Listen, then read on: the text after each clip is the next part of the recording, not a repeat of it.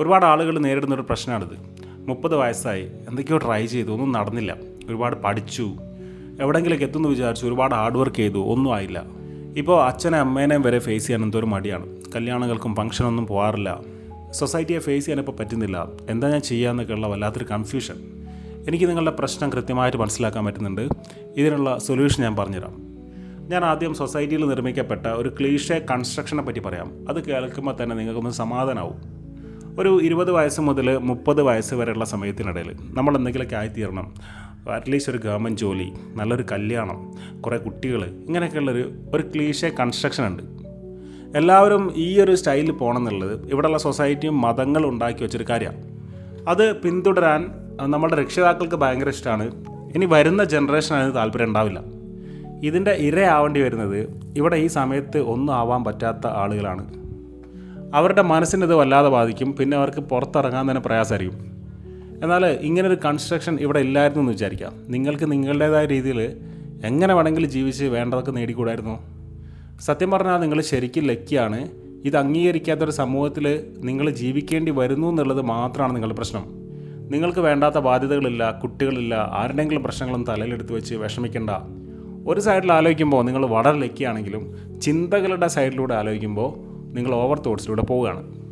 പ്രശ്നം നിങ്ങളുടെ ചിന്തകളെ നിങ്ങൾ കൊണ്ടുപോകുന്ന രീതിയാണ്. നിങ്ങളെടുത്ത തീരുമാനങ്ങളുടെയും പ്രവൃത്തികളുടെയും ഒരു ആഫ്റ്റർ എഫക്റ്റ്, അത് ഈ ഒരു ഏജിൽ ഇങ്ങനെ ആയിരിക്കും സംഭവിക്കുക എന്നുള്ളത് നിങ്ങൾക്ക് ആദ്യമേ അറിയായിരുന്നു. 2 സാധ്യതകൾ അന്ന് നിങ്ങൾ കണ്ടിട്ടുണ്ടായിരുന്നു. ഒന്നുകിൽ ഈ സമയമാകുമ്പോഴേക്കും ഞാൻ എവിടെയെങ്കിലും എത്തിപ്പോവും, അല്ലെങ്കിൽ എനിക്ക് അവിടെ ഒരു തോൽവി സംഭവിച്ചാൽ ഞാൻ ചിലപ്പോൾ ഇങ്ങനെയൊക്കെ തന്നെ ആയിരിക്കും എന്നുള്ളത് നിങ്ങൾക്ക് ആദ്യമേ അറിയായിരുന്നു, അല്ലേ? എന്ന് വെച്ചാൽ നിങ്ങൾ അന്ന് ഈ തീരുമാനങ്ങൾ എടുത്ത സമയത്ത് നിങ്ങൾ ഒരുപാട് ബോൾഡായിരുന്നു. നിങ്ങൾ ഇന്നും ബോൾഡാണ്. നിങ്ങൾ ഇനി അങ്ങോട്ടും ബോൾഡ് തന്നെയാണ്. നിങ്ങളുടെ ഈ പ്രശ്നം, ഇതിൻ്റെ കാരണം ആരൊക്കെയാണ് എന്ന് ചിന്തിക്കാൻ തുടങ്ങുമ്പോഴാണ് നിങ്ങൾക്കിതൊരു പ്രശ്നമായിട്ട് തോന്നുന്നത്. ഇതിൻ്റെ കാരണം വേറെ ആരുമല്ല, നിങ്ങളുടെ തീരുമാനങ്ങളൊക്കെ തന്നെയാണ്. ഇതിൻ്റെ ഒരു സൊല്യൂഷൻ എന്താണെന്നറിയോ? നിങ്ങൾക്ക് ആ തീരുമാനങ്ങൾ എപ്പോൾ വേണമെങ്കിലും മാറ്റാം. പുതിയൊരാളെ ബിൽഡ് ചെയ്യാൻ വലിയ സമയമൊന്നും വേണ്ട. ഇന്ന് തന്നെ നിങ്ങൾക്ക് പുതിയൊരാളെ ഉണ്ടാക്കിയെടുക്കാം.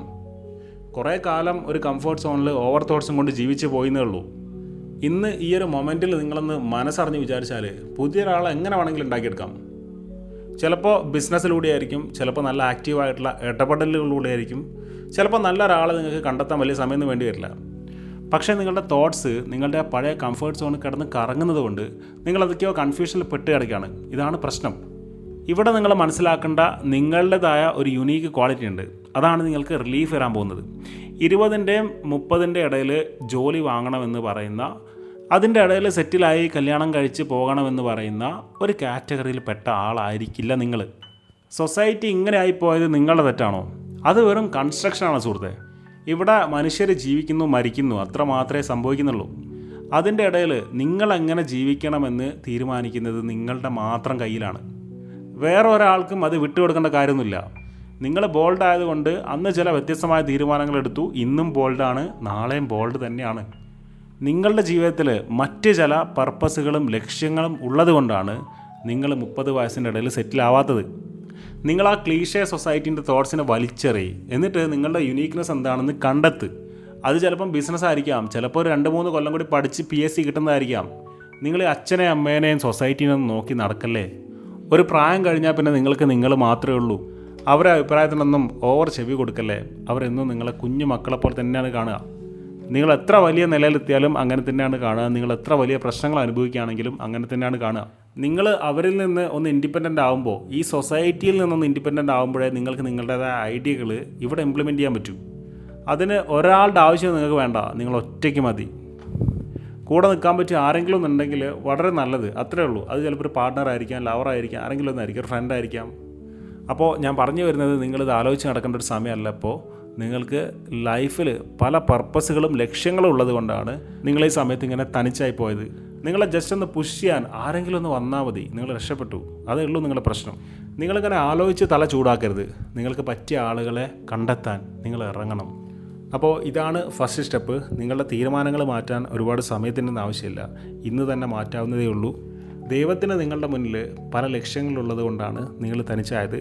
ആ യുണീക്ക് ക്വാളിറ്റിയെ ഒന്ന് പൊടി തട്ടി എണീപ്പിക്കുക. രണ്ടാമത്തെ ഒരു കാര്യം എന്താണെന്നറിയോ? സ്റ്റീരിയോ ടൈപ്പ് കാറ്റഗറി എന്ന് പറഞ്ഞൊരു കാര്യമുണ്ട്. അതെന്താണെന്ന് വെച്ചാൽ ഒരു ഉറുമ്പ് ഇങ്ങനെ പോകുമ്പോൾ അതിനെ പിന്തുടരുന്ന കുറേ ഉറുമ്പുകളുണ്ട്. നിങ്ങൾ അങ്ങനെ ഒരാളല്ല. നിങ്ങൾ ആരൊക്കെയോ പിന്തുടർന്ന് ഇങ്ങനെ പോകേണ്ട ഒരാളല്ല. നിങ്ങൾ റൂൾസ് ബ്രേക്ക് ചെയ്യാനും പുതിയ കാര്യങ്ങൾ നിർമ്മിക്കാനും വേണ്ടി ഇവിടെ ഉണ്ടായ ഒരാളാണ്. സ്റ്റീരിയോ ടൈപ്പ് കാറ്റഗറി അല്ലാത്ത ആളുകളാണ് ഇവിടെ പലതും ഉണ്ടാക്കിയിട്ടുള്ളത്. എല്ലാവരും കല്യാണം കഴിച്ച് കുട്ടികളെ ഉണ്ടാക്കി രാവിലെ തൊട്ട് വൈകുന്നേരം വരെ ജോലിയും ചെയ്ത് ജീവിച്ചാൽ ഈ ലോകത്ത് എന്ത് മാറ്റം ഉണ്ടാവുക? ഇവിടെ എഴുത്തുകാർ വേണം, റൂൾസ് ബ്രേക്ക് ചെയ്യുന്നവർ വേണം, ഭരിക്കുന്നവർ വേണം, പലതും കണ്ടെത്തുന്നവർ വേണം.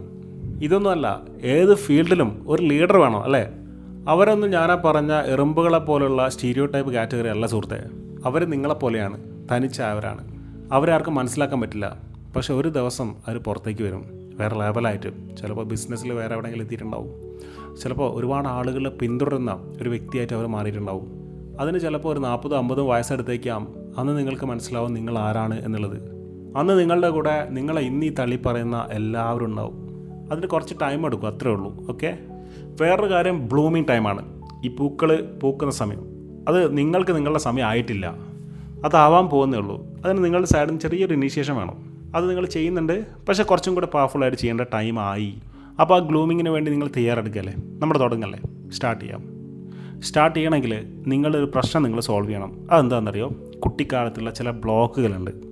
ഫിനാൻഷ്യൽ ബ്ലോക്കുകൾ, കരിയർ ബ്ലോക്കുകൾ, ആരൊക്കെയോ നിങ്ങളെപ്പറ്റി എന്തൊക്കെയോ കുറ്റം പറഞ്ഞ ബ്ലോക്കുകൾ. ഇതൊക്കെ എവിടേക്കോ നിങ്ങളുടെ തലയിൽ കയറിപ്പോയിട്ടുണ്ട്.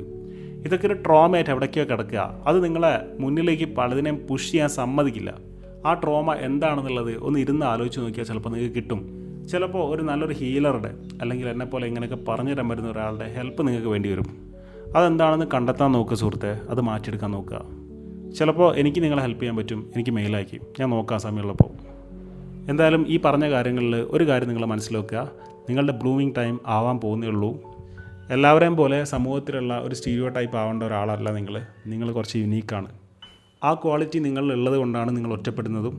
എന്നെപ്പോലെയുള്ള ആളുകൾക്ക് നിങ്ങളെ പെട്ടെന്ന് മനസ്സിലാക്കാൻ പറ്റും. നല്ല രീതിയിൽ പ്രാർത്ഥിക്കുക, ഹാപ്പി ആയിട്ടുള്ള ആളുകളുടെ കൂടെ ഇടപെടുക, പറ്റുമ്പോൾ മെഡിറ്റേഷൻ ചെയ്യുക, വീട്ടുകാരെ പറ്റിയും സൊസൈറ്റീനെ പറ്റിയൊന്നും അധികം ആലോചിക്കാതിരിക്കുക, നേടിയെടുക്കാനുള്ള കാര്യങ്ങളിലേക്ക് ഇരുന്ന് വർക്ക് ചെയ്യുക, നിങ്ങളുടെ യുണീക്ക് ക്വാളിറ്റികൾ പൊടി തട്ടിയെടുക്കുക.